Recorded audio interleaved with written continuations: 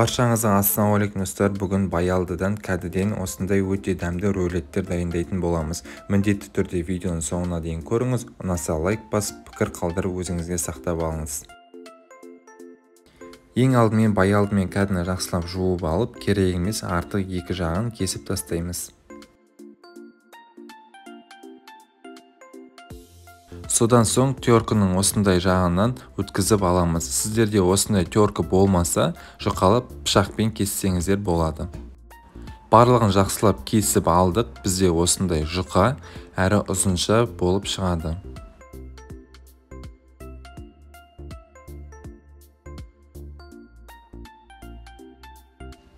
Одан кейін жұмыртқамызды алып, ыдысымызға салып, тұз қосып кішкене араластырамыз. Бір ескертетін жағдай, жұмыртқаңыз азайып жатса, үстіне тағы да қоссаңыз болады.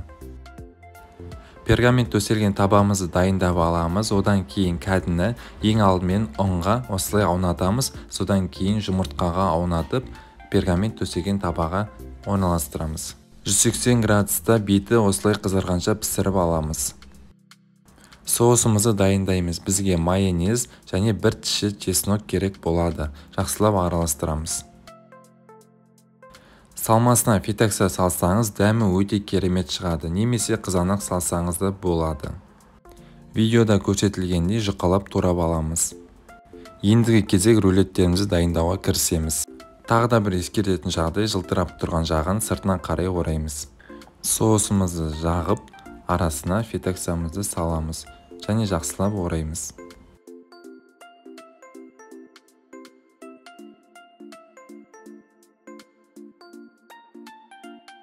Кәдені де дәл солай Баялды сияқты соусымызды жағып, фетаксамызды салып, жақсылап тұрып ораймыз. Жылтыраған жағын астына қарай жіберуді ұмытпаңыз.